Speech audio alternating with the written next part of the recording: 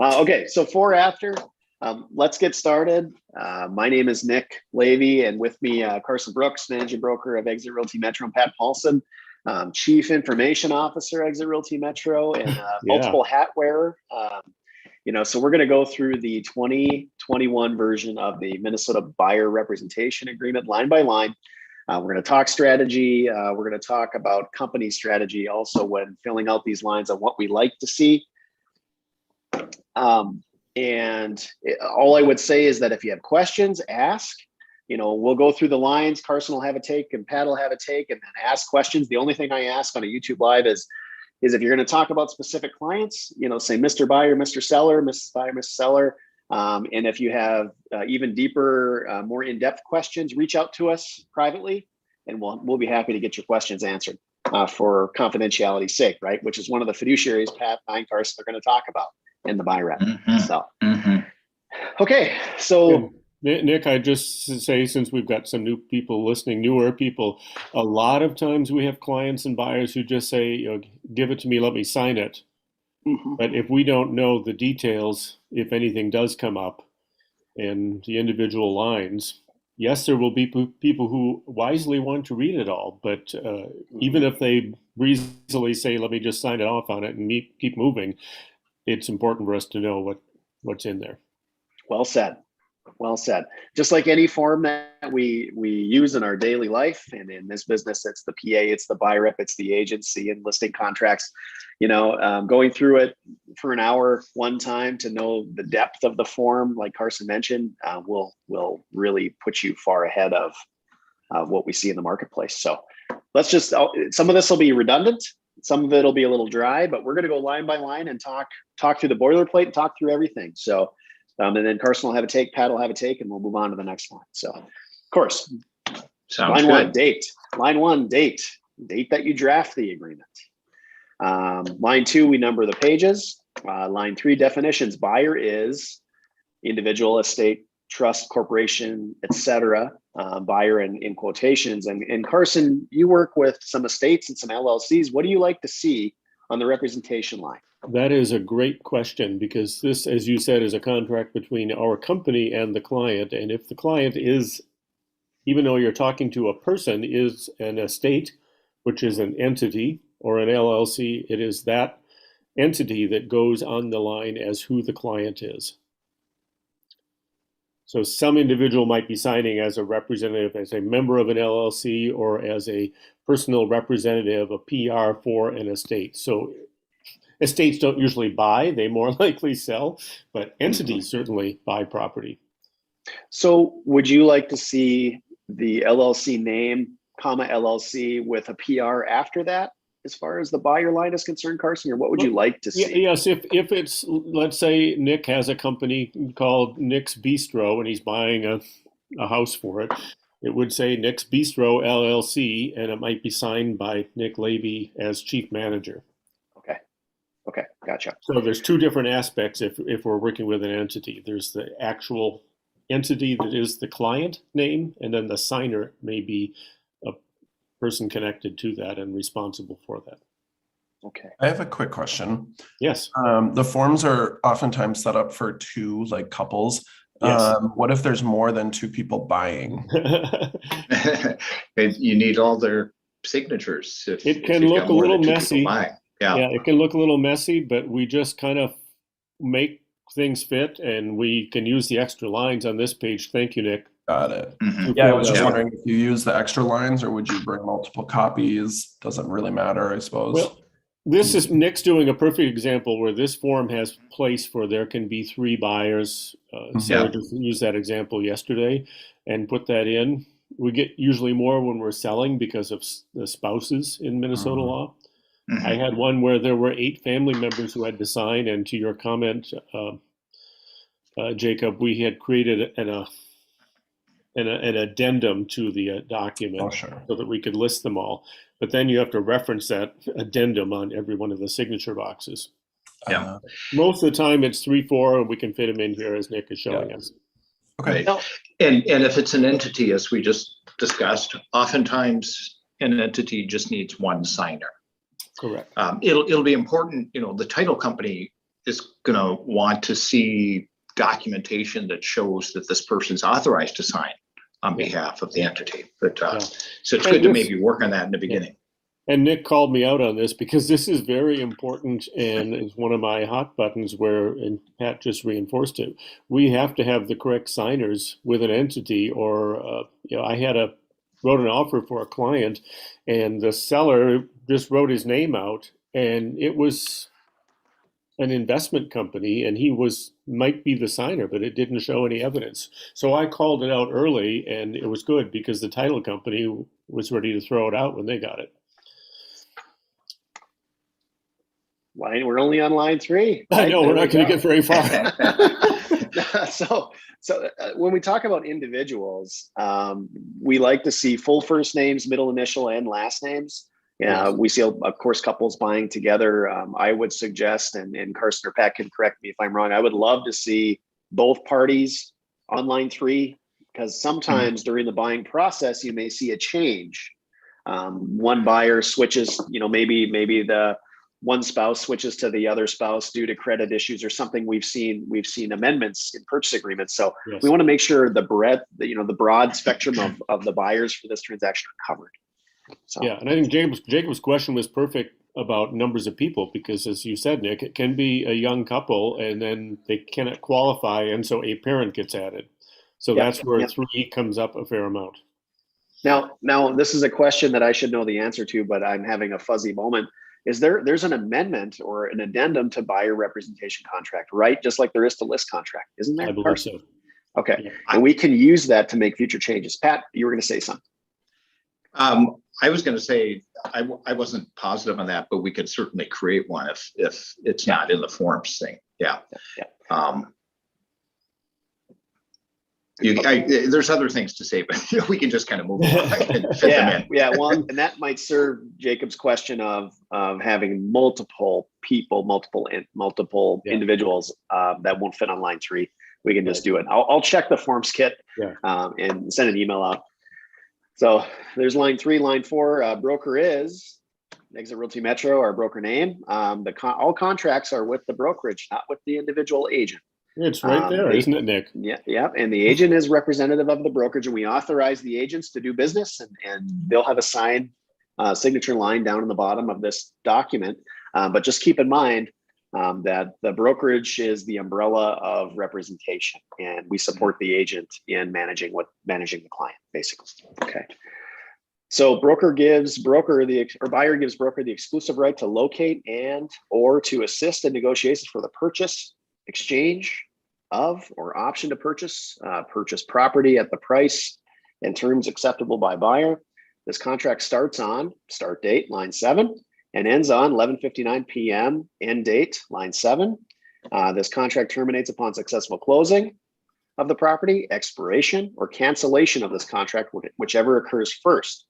Now, duration of contract is a subject we'll talk about now. How wide should this contract be, or how long should the term be?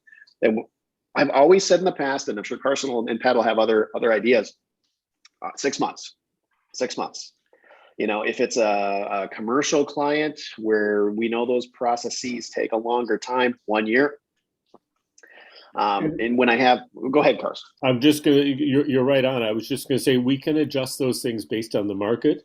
And right now, a buyer contract might be longer than 6 months because it's a challenging process. Just like our listing contracts could be a little shorter right now. But I just spent 2 years with a buyer, and it's not fun to have to keep extending. Yep. So what I tell Pat, go ahead. Well, it's good just to kind of pause for a moment here in the sense that we went through the purchase agreement recently, and the purchase agreement is substantially contract law. This is also substantially contract law as well, although there's certain state statute required things in this contract because we're governed by the state with our license, and that it has a specific time period. That's one of those required things. Okay. It is negotiable, the amount of the time period. And I go for 6 months too. But it is a negotiable time period. Also, the state statute requires that there be a cancellation clause. So you see on line 10, this contract may only be canceled by written mutual agreement of the parties. Again, It's just required that there's a clause in there, okay, that says that governs cancellation. This specific wording theoretically could be changed by the parties. Instead of written mutual agreement, it could say this may be canceled by either in writing by either party at any time, or something like that. But yeah, there's certain things that are required by statute, and we're following contract law, and we're following state laws, and we're following MLS rules and code of ethics and company policy. There's all kinds of things that influence us. I know, Carson, you like to remind people of that. Yes, I do.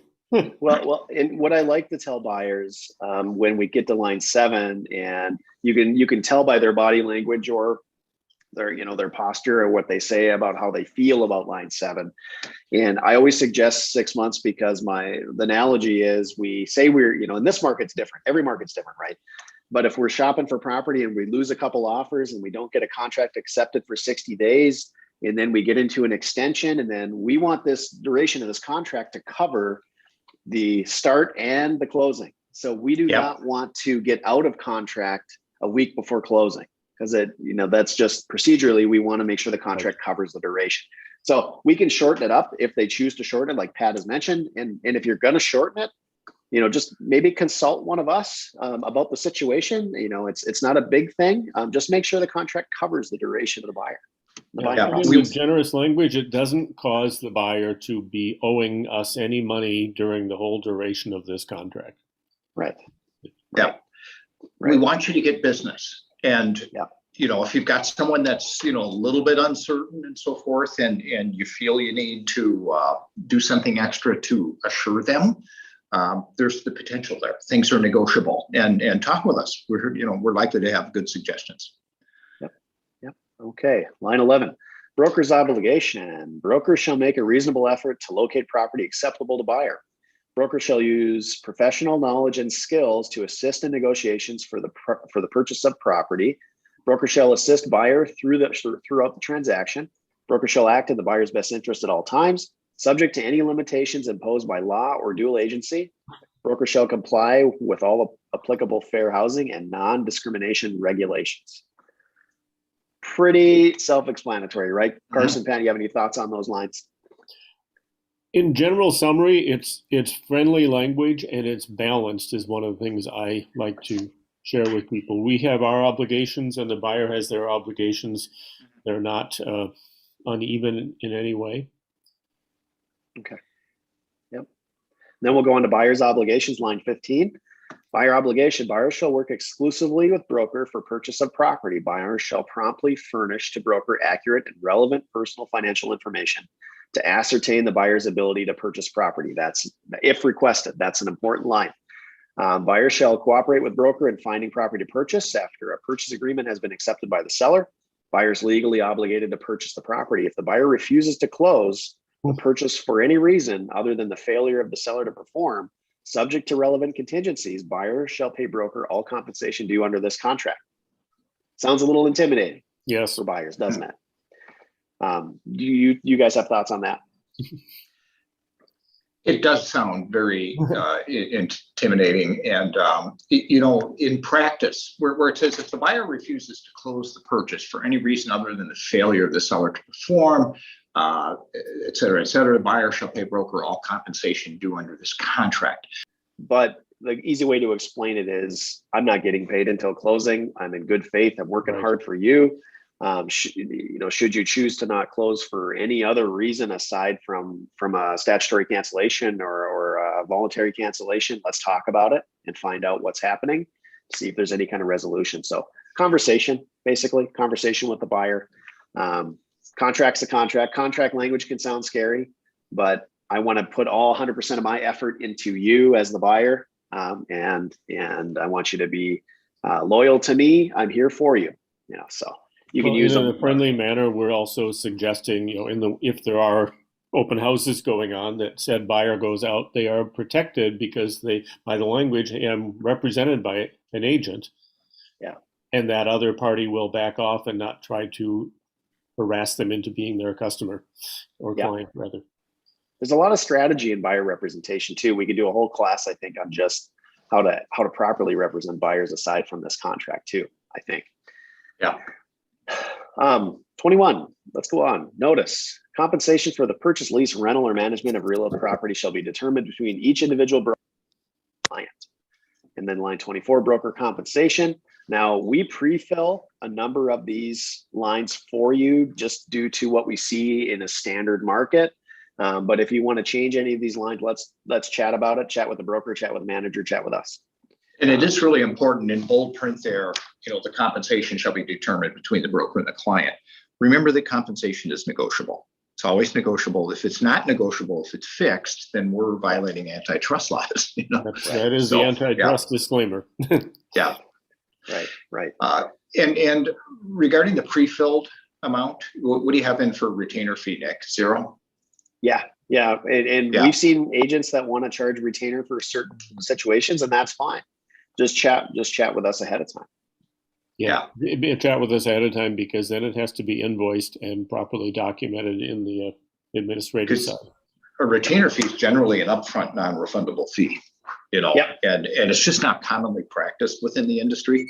Of course, if there's a buyer that says, I want to look at 100 homes before I make a decision, and I'm looking everywhere from Rochester to St. Cloud, that might be a case where you might want to charge a retainer fee, but it's not that often that it's used.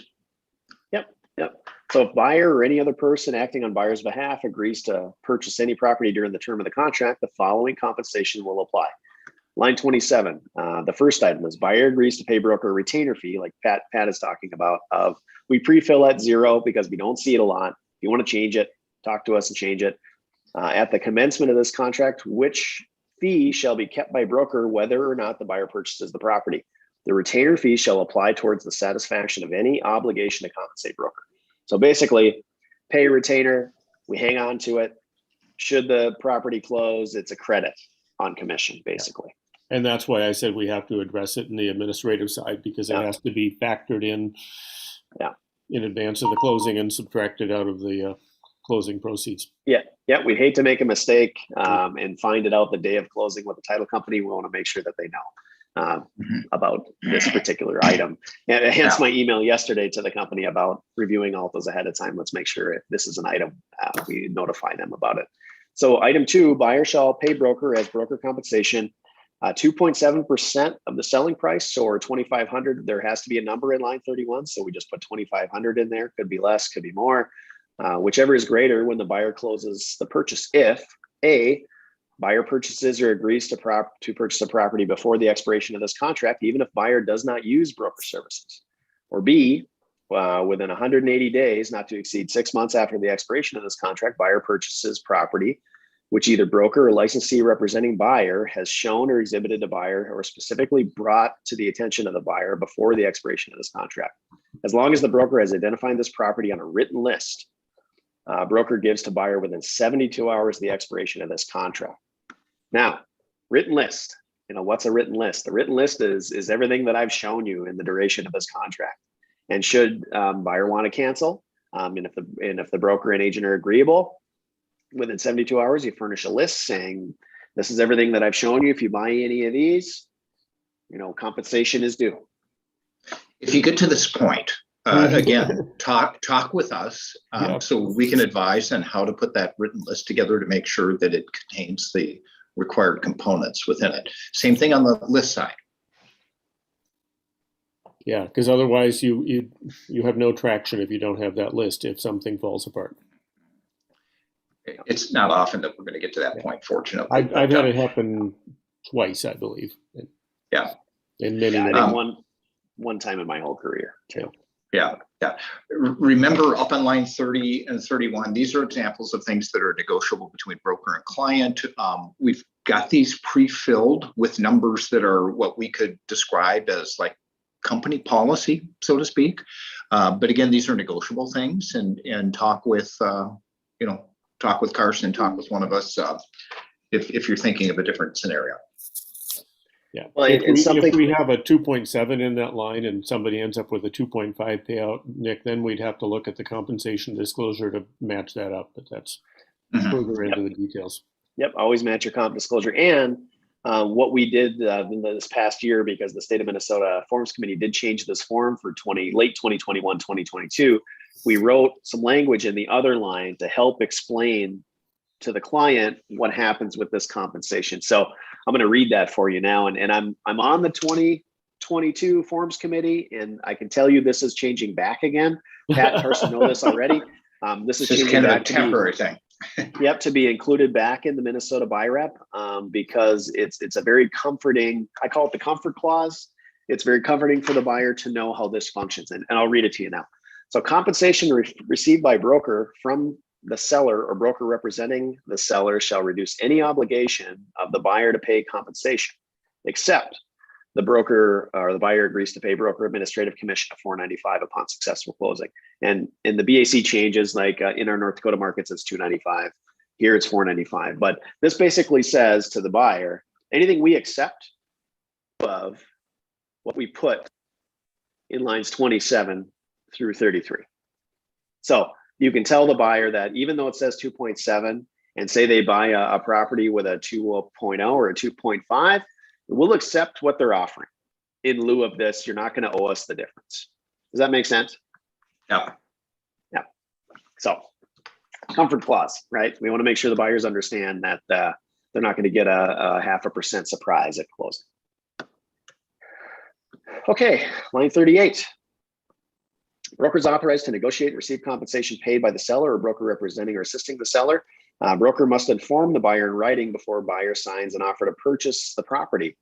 And the broker must inform the buyer in writing utilizing the compensation disclosure, the amount of compensation or the basis for computing the compensation, before the buyer signs an offer to purchase on the property. So basically in the buy docs pre-offer, and you have a pre-offer, you have the buy comp, and match the buy comp to what's published on the MLS, and make sure the buy comp includes the BAC, because we have to disclose the BAC. Even though we've disclosed it in the buy rep, we want to disclose it on the buy comp too. So, the question came up earlier, is there an amendment to the buyer rep contract? And this form here is actually, it's a disclosure form. It's identified as a disclosure form, but it's almost theoretically could be kind of like an amendment.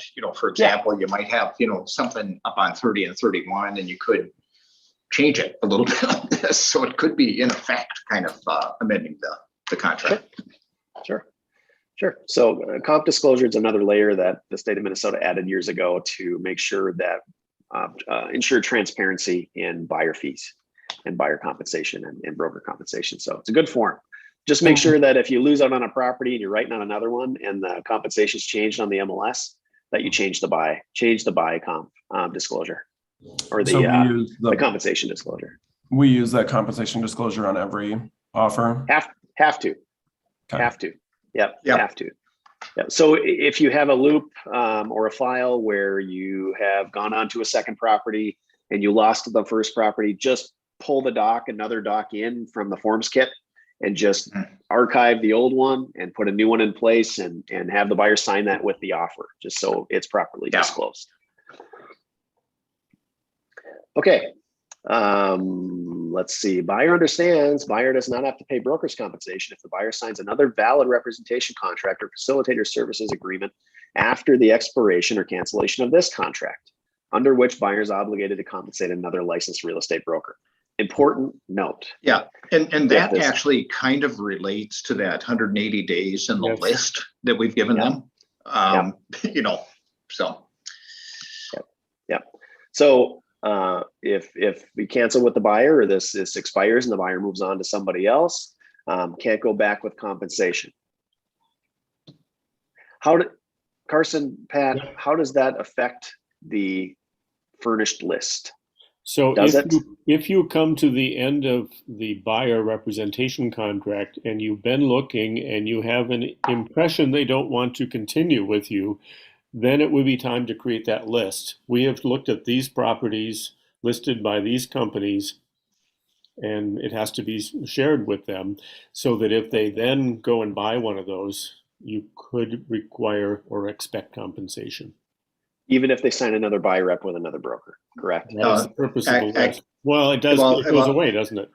No, yeah, actually, if they've signed the contract with another broker, then that obligation goes away for the buyer. What I don't know, and I'm just thinking about it right now. So let's say we have the list and we have 180 days. What if they sign a contract with another broker for 30 days or 60 days?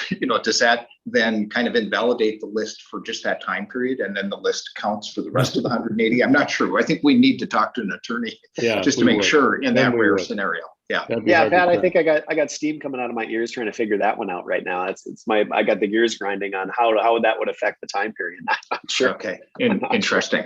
Sure. Yeah. Good question though. Yeah. We'll have to ask a legal representation how they would treat that. But this paragraph you've highlighted here in bold print, or I identified, is another interesting one. That's important. Yeah. Because if line somebody 47. goes to an open house and buys a house while they're with someone else while they're under contract with you, that they still may owe you for compensation. Let's read it. Let's read it. 47.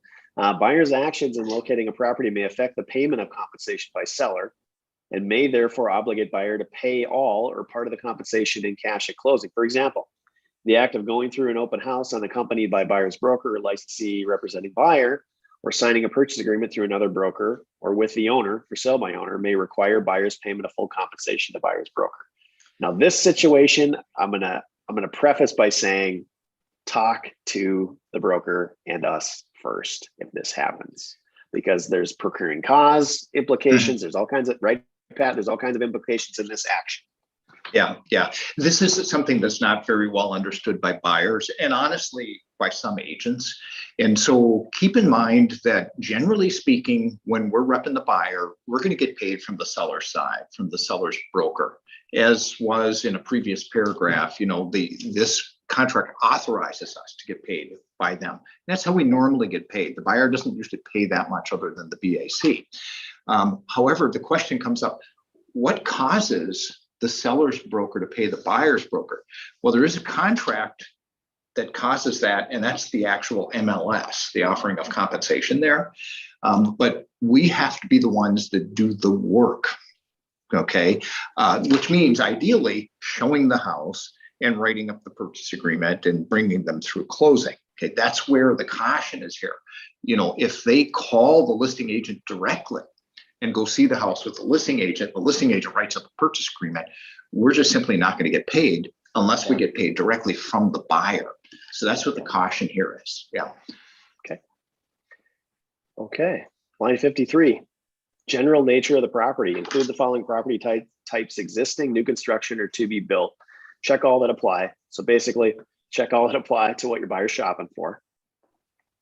58, closing services. And then there's a notice on 59. The real estate broker, licensee representing buyer, or real estate closing agent has not expressed and under applicable state law may not express opinions regarding the legal effect of the closing documents or the closing itself. Basically, we're not legal representation. If you have a question regarding the legality of these documents, we have to talk to title company, attorney.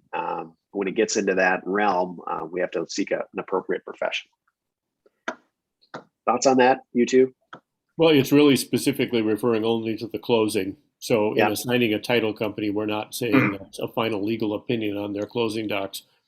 Yeah. But I am big on saying, if it's about the loan, talk to the lender. If it's about the closing, talk to the title people. If you need help beyond that, find a real estate attorney. We may have lots of opinions, but they're not legal opinions, right? Exactly. We've done enough of these. We see how closings go. We have an idea of what can happen. A, B, C, D. Give the client the scenarios, but for an actual legal opinion, consult a legal professional.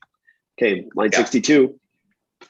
After a purchase agreement for the property signed, arrangements may be made to close the transaction. Buyer understands that no one can require buyer to use a particular person in connection with a real estate closing, and the buyer may arrange for a qualified closing agent or buyer's attorney to conduct the closing. And 65, buyer's choice for closing services. First choice, buyer directs broker to arrange for a qualified closing agent to conduct the closing. Or 67, buyer shall arrange for a qualified closing agent or buyer's attorney to conduct the closing. And that's the buyer's prerogative. But in general practice, a lot of buyers will say, we just want you to handle it. Can you just handle it? Because there's a lot going on.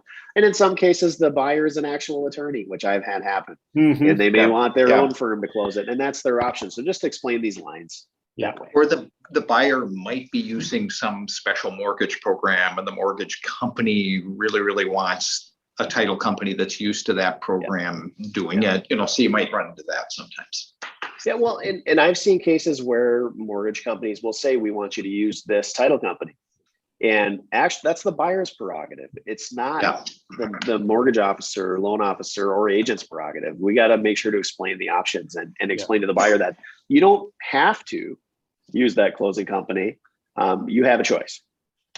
Well, and it's important to talk about upfront, and I always mention this because their lender has an obligation to deliver the documents and the numbers to a title company, and so therefore they will assign if we don't talk about it in advance. So you don't want to get caught up in two being asked to do some work. So I imagine what we'd want to do is when the contract is final acceptance, and maybe it's depending on your strategy, if it's through inspection or not through inspection, when you deliver that contract to the lender is probably when you want to have that discussion. You've had the discussion with the buyer, but then you want to convey the buyer's wishes to the lender at that point, so they're aware of what the buyer wants. Correct. So, okay, line 69, additional costs. Well, of course, 68 initials, the buyers have to initial. It's all set up that way in our system already. So 69 additional costs, buyer acknowledges the buyer may be required to pay certain closing costs, which may effectively increase the cash outlay at closing. That's handled by the lender. That's where your good faith estimate from the lender comes in.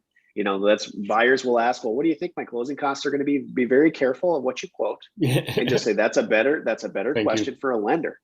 Yeah. Right. And they are legally obligated to delineate every single dollar amount. Right. So if you're representing a buyer and the lender is resistant to send over a GFE, you have to peel that onion a bit. You have to call that lender and say, what is causing you to be resistant to send a good faith estimate for this buyer's file? Because you have to, and in the past, I've had some escalated conversations with lenders because what they were thinking is maybe we were shopping good faith estimates with another lender. And so the buyer is due a good faith estimate regardless. So make sure the buyer gets one, right? And send one to me, right, is what I'll tell them. So for their file. FIRPTA. Foreign Investment in Real Property Tax Act. This will be a good one. Don't fall asleep. Okay. Yeah. Section 1445 of the IRS code provides that the transferee, the buyer of a United States real property interest, must withhold tax from the transferor seller if the seller is a foreign person, and no exceptions from FIRPTA withholding apply. A buyer is personally liable for the full amount of FIRPTA withholding tax required to be withheld unless the seller furnishes the buyer with a specific documentation ensuring the buyer is exempt from withholding requirements as prescribed by the U.S. code. Due to the complexity of the potential risks of failing to comply with FIRPTA, including the buyer's responsibility for withholding applicable tax, the buyer shall seek appropriate legal advice and tax advice regarding FIRPTA compliance, as broker will be unable to assure buyer that the transaction is exempt from withholding requirements. And now there is a FIRPTA statement in the PA as well, correct, guys? Yep. The words that Nick just read are true. Buyers do actually have that obligation, that legal obligation to withhold that. Now, in practice, the title company will help handle that. They'll kind of withhold the money, send it to the IRS. And the purchase agreement has a checkbox where the seller can check if they are a foreign person, so it's kind of like, how does the buyer even know, if they're foreign or not? And you get that from the seller. Got it. Okay. Line 79, private inspection warranty. Broker recommends buyer obtain a private home inspection to satisfy him or herself with the physical condition of the property. Furthermore, there are warranty programs available for some properties which warrant the performance of certain components of the property, which warranty programs buyer may wish to investigate prior to the purchase of any specific property. Now, I have two things on this. Inspection, we have a form in the buyer's representation kit that is a very clear red and white and black form that says, we want you to get a warranty. Okay, we suggest For an you do, inspection? and they, yep, for an Inspection or inspection. warranty? Sorry, so yeah, Okay. inspection. Excuse me. I got warranty on the brain too, because that's my next point. We want you to get a home inspection, and they initial it. Okay, and then as far as warranty is concerned, we do have a warranty acceptance or waiver from our warranty company that if they don't want a warranty or it's not negotiated in the purchase agreement, just they sign that they're waiving their right and they don't want a warranty. Or if they want a warranty, that's a whole nother subject. We'll talk through warranty with them. But warranty must always be provided to the buyer because it's a value-added service and the buyer deserves to know about it. And they deserve to decline it if they want to decline it. And that's their prerogative. So let's make sure that we get warranty waivers too, and that's in the buyer's kit, along with the home inspection statement. And that gets initialed too. So it's like a Highly advised practice. yeah, and we add that because lines 79 through 82, we don't feel that it's prominent enough to explain. And, we want to make sure that the buyer is doubly sure of their rights and what we would suggest they do. So there you go. Page 3, agency representation, 84 through 101. Okay, I'm going to read through this. If the buyer chooses to purchase a property, listed by broker, a dual agency will be created. This means the broker will represent both the buyer and the seller and owe the same duties to the seller that the broker owes to the buyer. This conflict of interest will prohibit the broker from advocating exclusively on the buyer's behalf. Dual agency will limit the level of representation a broker can provide. If a dual agency arises, the buyer will need to instruct the broker in writing to disclose specific information about the buyer. All of their information will be shared. Broker cannot act as a dual agent unless both the buyer and the seller agree to it, which is in the purchase agreement. By agreeing to a possible dual agency, the buyer will be given up the right to exclusive representation in an in-house transaction. However, if the buyer should decide not to agree to a possible dual agency, and the buyer wants broker to represent the buyer, and the buyer may give up the opportunity to purchase properties listed by the broker. And that's exactly how I explain dual agency. In this section of the buy rep is if Carson is representing a buyer and Pat has a listing and they're under the same brokerage umbrella because this contract is with the brokerage, that's actually a dual agency. Now, if a buyer doesn't agree to dual agency, then they couldn't look at a property listed by anyone in our brokerage. That's an important distinction. So that's an easy way to explain it to a buyer so they can fully understand what dual agency is. And we could do a whole other class on dual agency. Yes. Ultimately, most buyers want to keep all their options open. And so most buyers will check that first box. Well, and I tell them that they can, on an individual property, they can opt out. Yeah. Even if they don't opt out here. Yeah. Okay. And so we instruct the broker, having read and understood the information about dual agency, buyer now instructs the broker as follows: will agree or will not agree, our company name, and then by you, the licensee on line 100 will sign this, and the buyers will sign it and date it. This is all pre-filled in the system. So that's an easy way to explain how dual agency affects a buyer. So, and I can tell you, and I don't know about Carson and Pat, but in my entire career, I've had nobody decline dual agency due to the exact reason Pat states, is that they want to keep their options open, even if it's an in-house. You can effectively represent a buyer while your cohort in the brokerage represents the seller. I mean, we can be effective that way. It just has to be disclosed. So it gets a little harder when you're representing the seller on a listing that your buyer wants to buy, right? Jacob, you're saying yes, because you essentially turn into a message passer, and you can't disclose price, terms, motivations from either side. It does add another layer of complexity to a transaction, but it can be done, and it's done every day. They have to know that option. Honestly, I find myself more comfortable handling a dual agency situation, even if I'm the sole agent on both sides. I find that more comfortable than having two buyers that I'm representing making offers on the same property. Yeah. That I find a little more uncomfortable. Yeah, that's a hard one. And in this market, it's more common. Well, which in you're this going to market, discuss next, where I just had 15 offers on one listing, I know that's the listing side, I would be far less comfortable representing a buyer amongst that crowd of buyers. Yeah, that's true also. Well, and a question that I ask as a buyer's agent on every offer I make, if there's multiple offers, is, are you representing one of those offers? I always ask the listing agent. The agent notifies us multiple offers. I'll ask, are any of those offers yours? And listen to the response, because that'll determine, some strategy of how you want to proceed from there. It's a good question. Quick clarifying question. Go ahead. If it was another exit franchise, that would not be dual agency, or Correct. Unless it's owned by the same LLC. Yep. We just had that with Fari representing a buyer, and it was EXIT Realty Springside, and she asked that question and got it right away that it was not dual agency. Yeah. So it just depends on the ownership structure. Like our ownership structure would cover 5 offices, North Dakota, and our 3 Minnesota offices. But if you work with Frank in the North End or Jeff on the East End, that's an outside. It's still a franchise flag, but it's outside ownership, so it's not dual. Can I ask another question? Yeah.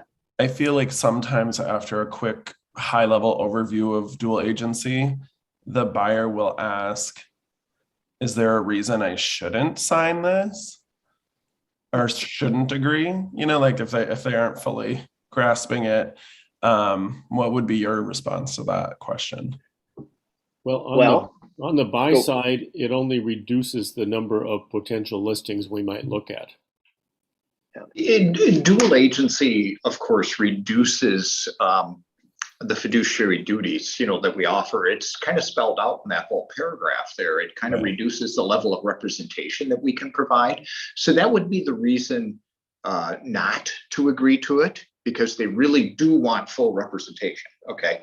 Yeah. But most are going to agree to it to leave their options open. Yeah. I would just go ahead, Carson. Zoom etiquette, right? It's how it is. Yeah, so I think we're always saying the same thing. It helps consumers also, Jacob, to explain there's a couple layers to it. If Jacob is representing the buyer and it's his listing, that's the narrowest form. But it could be you representing the buyer and somebody from the Lakeville office that you haven't met yet. Yeah. That's still dual agency, but it's a very different level of it. Yeah. Okay. I use just a quick example of how it would function. I tell my buyer that, okay, so if it was my listing and my seller, this is how the offer looks. This is how the message passes back and forth. These are my duties. This is what I can't do for you in this situation, where I always explain to buyers in a traditional market that I do my research. I look up the listing agent. I look up the sellers. Like, I try to find any advantage I can to get that offer in for you and get it successfully accepted. In the situation where it's my seller, I can't do that. And so that's one of the distinctions. Sure. And so that helps them understand. And then I'll just tell them, well, I've done it, and I've done it successfully many times. But those are the limiting factors in representing dual, that close in a narrow way that Carson mentions. Mm-hmm. So, cool. Okay. 102, 1047. Okay. Other 102, other potential buyers. Buyer understands that other potential buyers may consider or make offers to purchase through the broker for the same or similar properties as the buyer seeking to purchase. Buyer consents to broker representing such potential buyers before, during, let's see, let me read that again. Buyer consents to broker representing such other potential buyers before, during, and after the expiration of this contract. That's just saying, Jacob, you may have other buyers for the same property. We still allow you to do that. 105. Previous agency relationships. Broker or licensee representing broker may have had a previous agency relationship with the seller of a property of a buyer is interested in purchasing. Buyer acknowledges that the buyer's broker or licensee representing the buyer is legally required to keep information regarding the ultimate price, terms the seller would accept, and the motivation for selling confidential, if known. One fiduciary responsibility survives, Carson, right? Past representation of listing and buyer, and that's confidentiality. Right. You always, no matter how long ago you had that seller, and now you have a buyer on that side, you still owe them confidentiality. And so I talk about this one a lot, and I prove it. And I know Nick and Pat have heard this so many times, but for newer people, we thrive on referrals and connections to make our business. Once again, I'm working with the son and family of a longtime friend of mine, and I make it very apparent to them. They say, well, you probably heard about this house when you saw my dad. And I just pause, and they realize, and I state, no, I didn't discuss it. And confidentiality is important to me. What you are spending, what you are doing, I will not share with your family unless you bring them into it. That's So very important. It demonstrated. I think this is really important because if we show that we're being confidential, I see lots of realtors out there just chatting away and sharing. Well, I just heard you got this much money for that, and it's like, ugh. Well, and we see this a lot in first-time homebuyer situations where the family is involved, and the buyer's family member will call and want the details of a transaction, and we legally cannot give those to a family member without written consent from that client. And it's awkward, but we prove our merit when we say it. When the father-in-law says, "Well, what do you think Jack should pay for this house?" It's like, that's a great question. I'll be discussing that with your son-in-law and his family, because there's where I have the contract relationship. Yep. Okay. 109, termination of fiduciary duties. Broker's fiduciary duties, except the duty of confidentiality, which we just talked about, terminate upon buyer's successful closing of the property or expiration or cancellation of this contract, whatever occurs first. Just always remember confidentiality going forward. And then line 111, this is a notice you see quite a bit. A notice regarding predatory offender information regarding the predatory offender registry and persons registered with the predatory offender registry under MN statute may be obtained by contacting local law enforcement offices in the community where the property is located, or the Minnesota Department of Corrections with a number, or the website with a website address. Now, this is important too. You know, this is a fair housing thing. It's the same where a buyer will ask, "How's the neighborhood?" What can you say, right? Can't.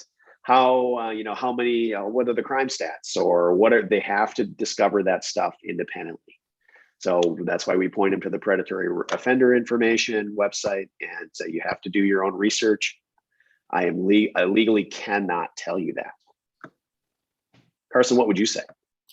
I talk, and Pat and I have talked in a lot of homebuyer workshops about this, that things that many consider more subjective or personal information we cannot discuss, and the state requires that we stay out of those things. Just like the question, is this a safe neighborhood to buy in? Yeah. Those are red flags to me, and I say, well, yeah, that's something to consider, but I can't explain or answer that question. I can give you some resources to look up, such as predatory offender or websites, crime stats or whatever. Can't do it for you. There's not a universally agreed definition of safe neighborhood. And as Carson, right, as Carson mentions here, this requirement that we put the notice in here, but specifically the state says that we're not obligated to provide this information. The state is essentially telling us that, while we have to disclose material facts, the people that live in the neighborhood, that's not a material fact. However, to a specific buyer, it might be material, right? And so buyers can use criteria that they want to make decisions, but we have to be careful about fair housing laws, and that we can't help steer them to or away from a neighborhood based upon the people that live and the demographics of that neighborhood. Yeah. One last great example is shopping in condominium buildings where there's a large population of other people. And buyers will often say, well, who lives here? What's the demographic in this building? And a great answer is, well, as we're walking through, look around. Make your own observations. Make your own observation, right? Mm-hmm. Yeah, I'll have buyers ask, what's the neighborhood like? And I'll say, well, drive through, certain times a day, and you have to assess that for yourself. Take a couple circles, a block out each time, and you have to assess that for yourself. Otherwise, call the police station or reference the predatory information link that's provided here, and you have to make that determination. So there's also, it's easy for us to provide real estate data that shows, well, the price per square foot is higher in this neighborhood than it is in this neighborhood, or the supply demand ratio is lower, indicating it's, more popular, or whatever you want to say, that's cautious. So, yeah. There you go. Well said. 116, entire agreement. This contract and all addenda or amendments signed by parties shall constitute an entire agreement by buyer and broker. Any written or oral communications between buyer and broker, including but not limited to email, texts, or other electronic communication, are not part of this contract. This contract can be modified or canceled only in writing, signed by buyer and broker, or by operation of law. All monetary sums are deemed to be United States currency for purposes of this contract. So basically, this contract, you want something added to this contract, do it in writing. Okay. So we haven't electronic accepted Bitcoin yet. Yeah, right, which is becoming more and more a part of our daily career. Electronic signatures. The parties agree to electronic signature of any party, any document related to the transaction, constitute valid and binding signatures. That just means any kind of e-signing that we all use, are valid signatures, and they have to acknowledge that. Consent for communication. Buyer authorizes broker and its representatives to contact buyer by mail, phone, fax, email, text message, or any other means of communication during the term of this contract or any time thereafter. So we'll contact you, you contact us. I use that as a jumping off place. If we're making offers and negotiating, tell me in advance how you want to do that. I mean, if you want to increase your price by $5,000, are you going to text me that? And is that something you're cool with? Great. Good point. Set good expectations for communication, right? Yep. Gotcha. Okay, page 4. Other, I read this previously, but this is a clause that's now going to be included back in the purchase agreement with some change in verbiage. Coming up the end of this form cycle, which I think August, the new forms come out, right, guys? Yes, August 1st. I'm on the committee and I can't read. It's August 1st, right? August 1st, yeah. August 1st, okay. Then line 131 through 148, signature lines, and we pre-fill on the left side, Metro signature lines. And for North Dakota brokerages, that's filled in with the Heartland signature lines and the address. And so your buyer's stuff on the right side, make sure that you put the buyer's information in there, their address, their phone number, and their email address for both buyers. Don't leave this blank with just a signature. The buyer's information, this is for delivery. So you want to make sure that you include the buyer's information on the buyer contract. Because we'd hate for a situation where a buyer says, well, I didn't get proper delivery of something, and you can't prove that you got the correct address. And you do this in written format. Yeah. And if something happens to you, how are we going to follow up, with these clients? Yeah. Right. So, I don't know if you want to talk more at this point, but I wanted to talk, Nick, about, when do we enter into the buyer rep contract? What's required by law and so forth. Sure. So should we actually, do you want to wait till you get through this part? Or? Yeah, should we just cover wire fraud, Pat? And then we can talk strategy. How about that? Is that okay? Please. Yes. Okay. Wire fraud alert. This is attached to the bottom of the buyer contract. Internet fraud. I'm not going to read this whole thing, but it's a warning of wire fraud and where fraudulent emails come from and what you need to do. And if you suspect wire fraud in your transaction, here are some items you should complete. And we always have the buyer sign this because wire fraud is prevalent. It does happen, and it has happened in this market. So we have to make sure that buyers are aware of what that looks like. So, okay, Pat, all you. Okay, I'll kind of go over it, and then you guys can add to it. Okay. So we can write offers for buyers as a buyer's agent or as a facilitator or as a seller's agent. So example would be if it's our listing and the buyer wants to make an offer and they don't want to be represented, we will then be a seller's agent. Okay. If the buyer is working with us and they want to make an offer on another broker's listing, but they don't want to enter into a buyer rep contract, we could write an offer as a facilitator in that case. If they want to be represented by us, whether it's dual agency or not dual agency, we must have this buyer rep contract signed and entered into before we make an offer to purchase the property. That's the law. Okay, before we make an offer. Theoretically, we could show them a lot of houses and then write this right before we make an offer.